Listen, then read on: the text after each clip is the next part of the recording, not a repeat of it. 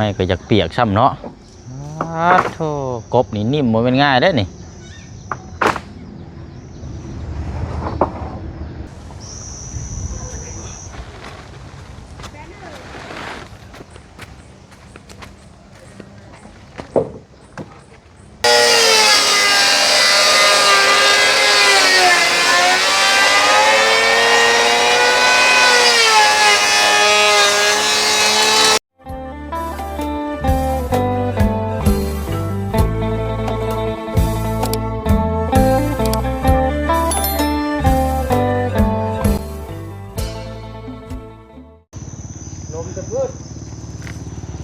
เข้าไปบ้านช้างใช่บ่เข้าบ้านช่างบ้านในบ้านช้างมันก็สุดยอดแล้วบ้านน่ะเนาะยอดเลยไปบ่ได้ลมพื้นเข้าไปเอาเครื่องนี่บ่แม่นบ้านช้างนั่นแต่ก่อนนี่ฮะชุมเฮาเคยเข้าไปแจกเสื้อผ้าหน้าแพเกือบออกมาบ่ได้ทางเนาะเอาอะไรเนาะกำลังมาทางสร้างเขากับพี่น้อยบ้านน้องป๊อปแต่ว่ากะเบิ่งตามสภาพแวดล้อมมาแล้วเนาะฟ้าฝนตกแห้งครับก็ยุดก่อนแล้วเขากะถอยทับก่อนได้ เนาะเอามานำกัน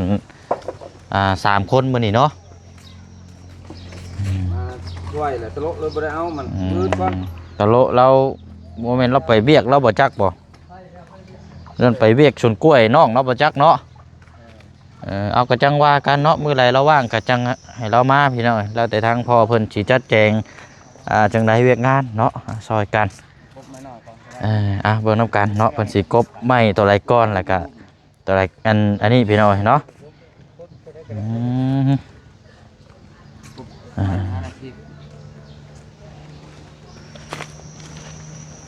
แล้วก็กบตัวนี้ได้เบิ้งเนาะกบตัวไรไม่ที่ว่าเฮาสีใส่ก้อนหั่นละ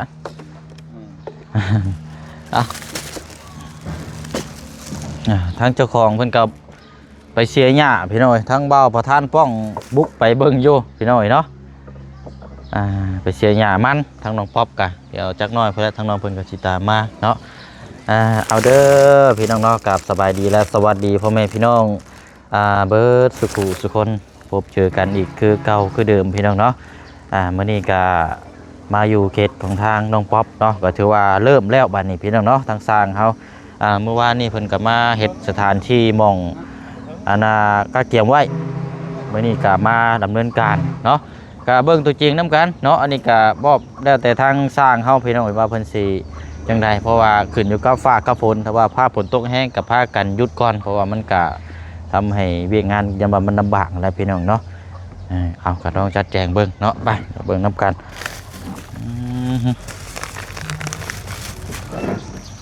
ไม่เขาก็จะขีดเนื้อใดแล้วนี่เนาะผลกาตกช้ำเปียกว่าคนอยู่บ่เจ้าของจังว่าคือว่าอยู่พุ่นบ่มีคนอยู่บ่ขึ้นไปเสียบรถอันขึ้นไปเสียบรถบ่เป็นยังได้อยู่ดอกไผใส่อยู่เทิงน้องสีบ่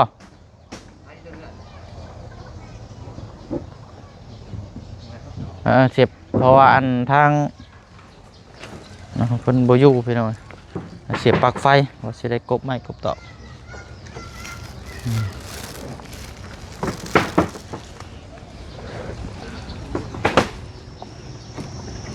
ไม่ก็อยากเปียกซ้ำเนาะโธ่กบนี่นิ่มมันเป็นง่ายได้นี่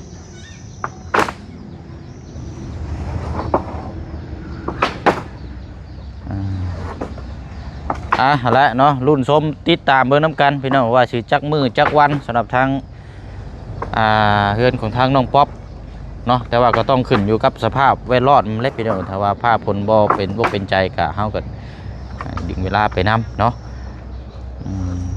แต่ว่าไม้นี่ต้องเข้าใจน้ำได้เป็นอย่างไม้นี่มันเป็นไม้ดิบมันอยากกดมันอยากอันนี้เนี่ยจักน้อยได้เพราะว่าถ้าไม่ห่าวไม่ยังแล้วนี่ก็สีโอเคอยู่เราจัดแจงเบื้องเนาะกบตัวใดก่อน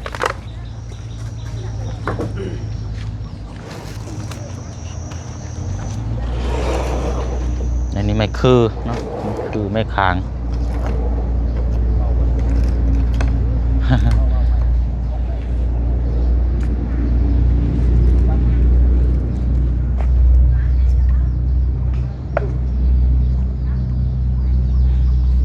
อันว่า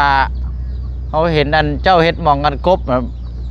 ฐานมันน่ะคือต่ำแท้ว่าสิบ่เจ็บแอวบ่ เอ้ยต่ำแท้ว่ะสิบ่เจ็บแอวบ่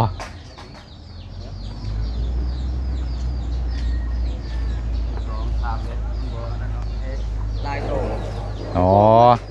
ลายโตมันก็สูง ยันว่าเพื่อเล่รถห้วยหลังในปวดเพิ่นแหล้ว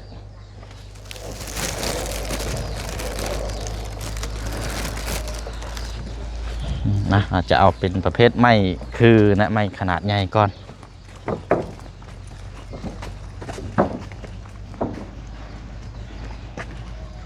เอาเรียงๆไว้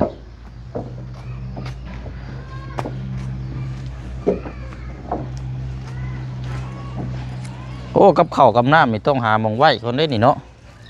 มันไว้ต่ำยันวาอันนั้นเพิ่นถือข้าวถือน้ำมากินเองพี่น้อยเนาะ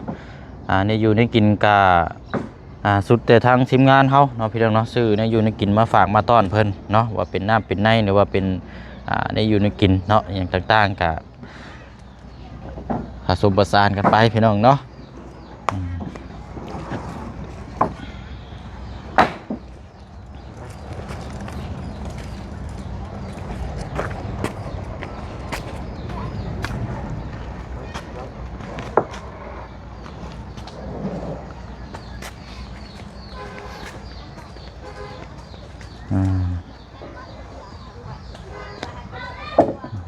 ก่อนเนาะเรียงก่อน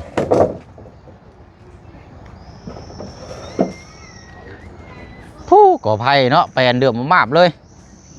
ว่านี่คือว่า6เนาะโอ้เจ้าตดตัดออกไปมียอดมีอย่างปรุงอยู่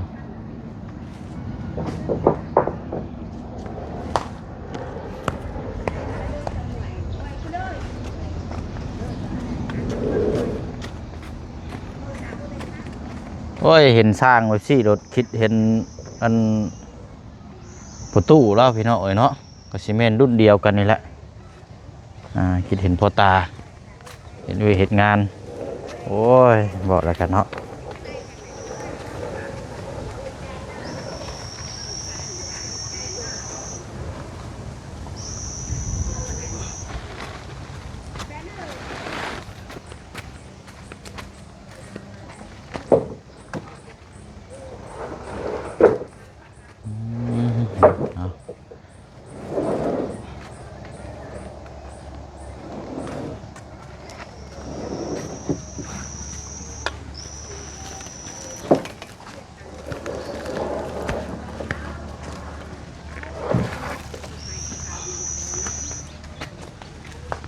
ฝนนี้ว่าให้เศร้านี่ก็บ่ได้เศร้าได้มันยังขี้ทกอีกอยู่ได้นี่ ยังมีเยอะตามที่เบิ่งในโทรศัพท์นี่แต่ว่าหากเกิดสิบ่แห้งปานใดดอกพอดีปล่อยปลายลงจังน้อย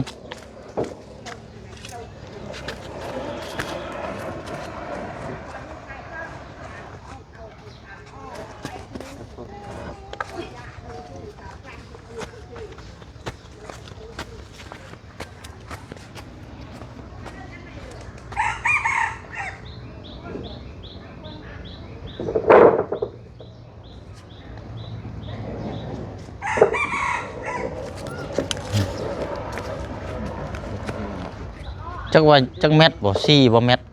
ฮอด4เม็ดบ่พอ เม็ดตีน6 เม็ด ฮะ 6 เม็ด 6เม็ดบ่นี่อ๋อแม่นละ6เนาะเพิ่นละ6คูณ7อันนี้ไม่เป็นหน้าเดียวเลย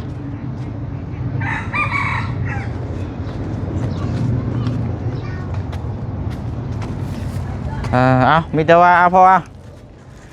เพิ่มพลังก่อนโอเคพี่น้องเอาว่าอะไรกันเจอทีมงานนี่ครับว่าเตรียมกินข้าวมาก่อนเลยได้จุฬาเนี่ยก็เจ้าจะเน้นกาแฟพวกก็ยังซื้อมาฝากได้นี่ว่าให้กินข้าวกินน้ำก่อน มันจิคัดใส่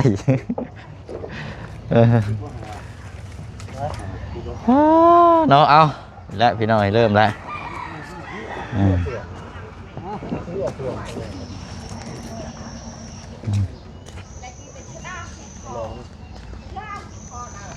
อันน่ะทางน้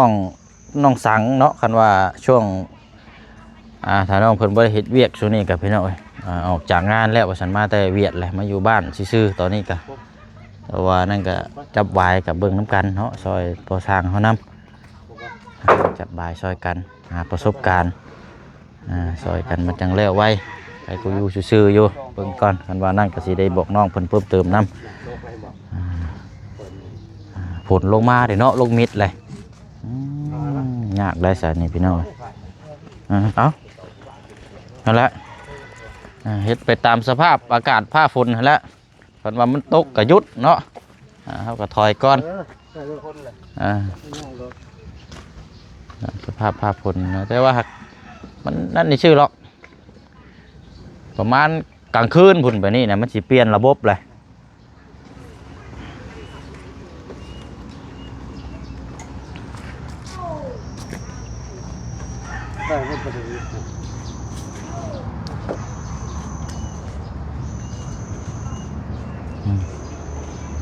กำลังจัดแจงสถานที่พี่น้องเนาะเตรียมความพร้อมมาเริ่มต้นมือแรกก็ว่าได้พี่น้องวังบ่อยมองเม่นเขาเม่นน้ำสถานที่เนาะรับรองต้องจัดแจงเริ่มใหม่ไล่กบไม้แล้วก็เม่นไล่เสาแล้วก็เม่นประกอบรับประดาเอาเนาะอีกบรนบนานเราพี่น้อยเต็มที่กบไม้ก็3 มื้อเนาะจะแล้วแหละ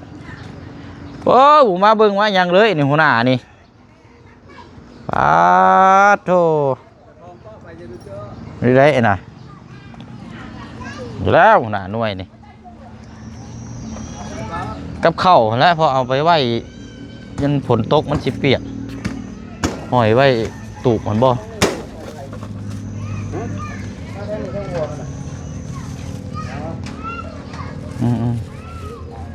เอาลูกบ่ไปใส่แล้วไปแล้วบ่เนาะไปพุ่นไปเสียหญ้าบ่อันบ่าวประธานป้องเพิ่นไปเบิ่งอยู่ที่มันมาพุ่นล่ะประธานที่เซานี่ก็ว่าได้มา8 โมง 9 โมงเอาละไปเบิ่งน้ำกันอีกสักหน่อยมาเลยหัวหน้าหน่วยบาทนี้กดดีๆนี่เนาะโธ่จักเดือนแล้วก็ลูกเจ้า3 เดือนปลายเลย3 เดือนปลายเลยซ้ำกับอันลูกนุ่งห้างได้เนาะเนาะเริ่มแล้วบาทนี่ได้อยู่บ่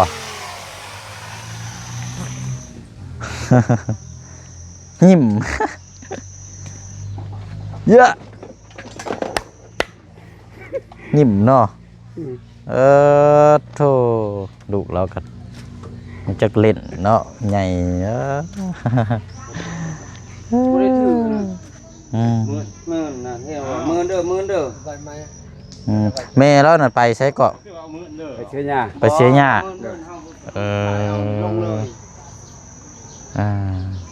เก่งเนาะเจ้าเก่าลูกได้เนาะแต่เอาได้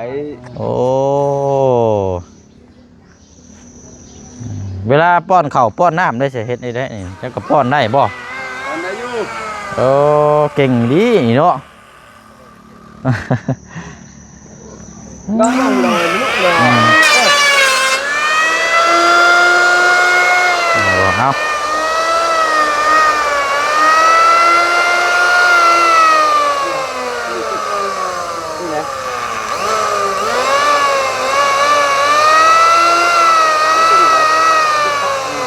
กำลังเทสระบบ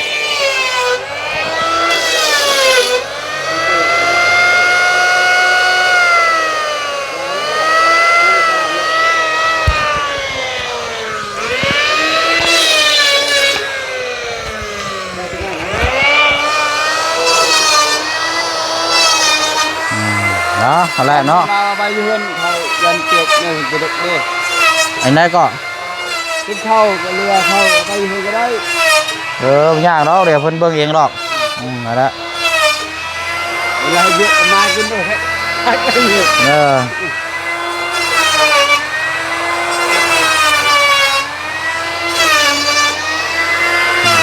ั่นแหละเบิ่งมันกันบังเริ่มสตาร์ท เราจะเอาจักมา เดินได้ ยังครบเปลี่ยนใบ อ๋อเป็นใบบ่กำลังเทสระบบ ใบถึงไม่ถึงเลย ครบมี2ตัวว่าซะอ๋อ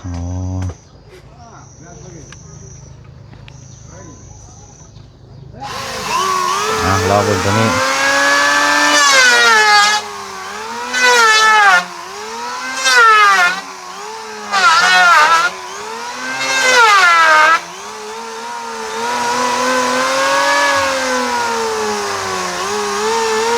ไม่ได้เนาะ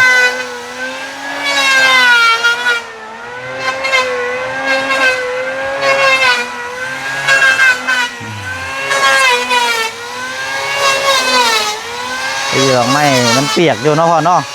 มันก็สิกบง่ายอยู่ดอก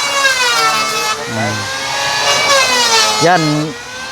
จะกบเจ้าแล้วมันสิแค้น มันออกมาว่าทันมันแน่นมัน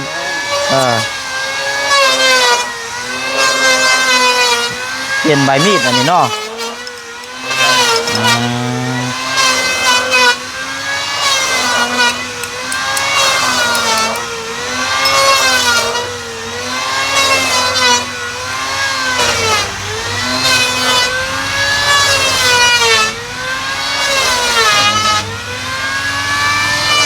ใบมีด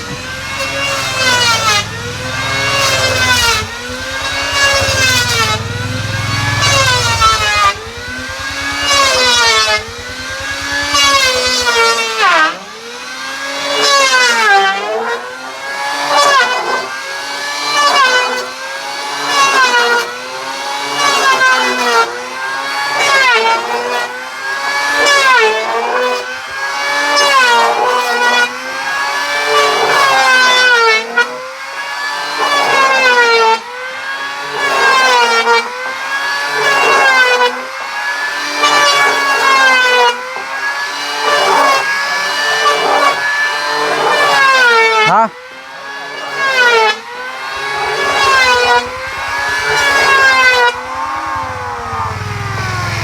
โอเคโอ้เนาะไม่ก็โคตรช่ำเนาะโอ้ยพี่น้อยเบิ่งก่อนได้มันไม่มันตากอันนี้รถอย่าคดพี่น้อยจงครับปานไม่ขั้นบวยเลยโอ้วัดขึ้นเช้านี่ดีดมันเป็นง่ายได้นี่เนาะง่ายอยู่ได้อยู่บ่พ่อได้อยู่ทั้งสร้างเขาเพิ่นชำนาญในการเฮ็ดเวียกอยู่พี่น้องไม่คดไม่เวี่ยวก็สามารถดัดได้มันโกงนี่รอเลยพี่น้องเนื่องเลยสิเลย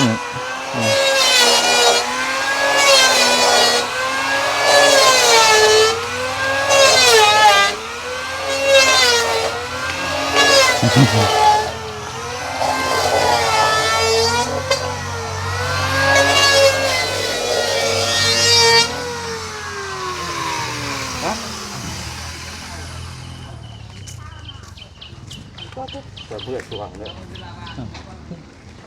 ครับตรงนั้น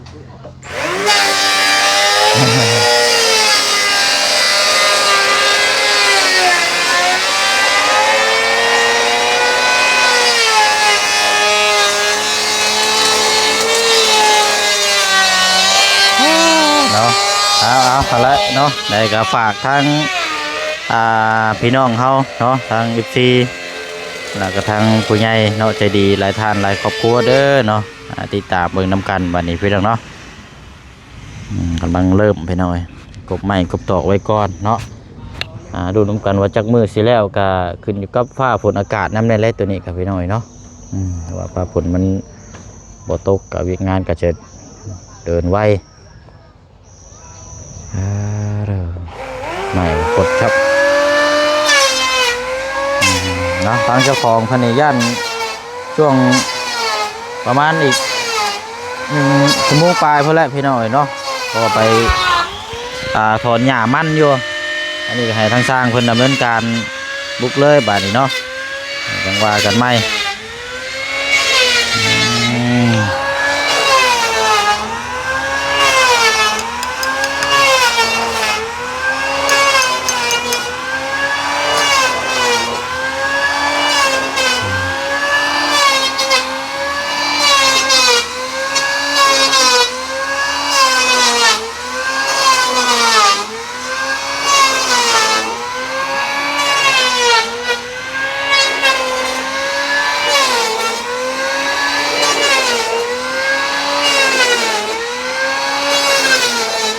พระสานอพี่น้อยเดี๋ยวมอบหน้าที่นี่ให้ทั้งสร้างดำเนินการเลยบัดนี้พี่น้องเนาะจังติดตามเบิ่งน้ำกันเป็นที่ระยะขั้นตอน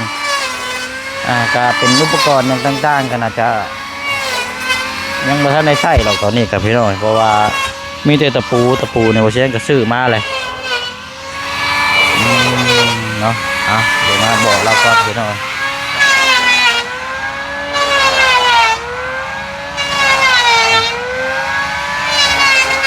เลยพอเด้อไปเรียกต่อกันเด้อมีแต่พากันจัดแจงกันเลยทุกเจ้าเด้อและน้ำในเด้อเขาจะกิน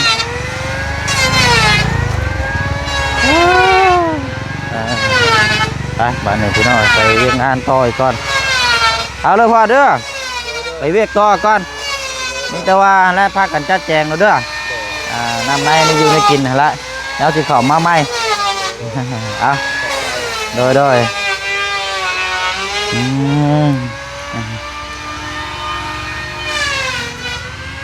ไปเนาะ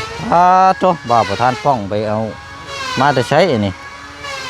ระบบขับถ่ายโอ้รับรองแล้วแบบนี้นี่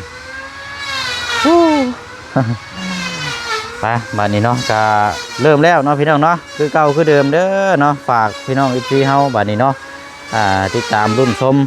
เบิ่งน้ำกันเนาะเป็นกำลังใจให้ทั้งผู้เฮ็ดทั้งผู้สร้างทั้งผู้เบิ่งทั้งผู้แย่งทั้งผู้ซอยเนาะถือว่าประคองกับเบิ่งน้ำกันแล้วพี่น้องเนาะจนแล้วจนทั่วบัดนี้พี่น้องเนาะ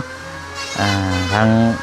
บ่เสียงกับในนามต่างหน้าหรือว่าในนามสะพานบุญเนาะที่ทั้ง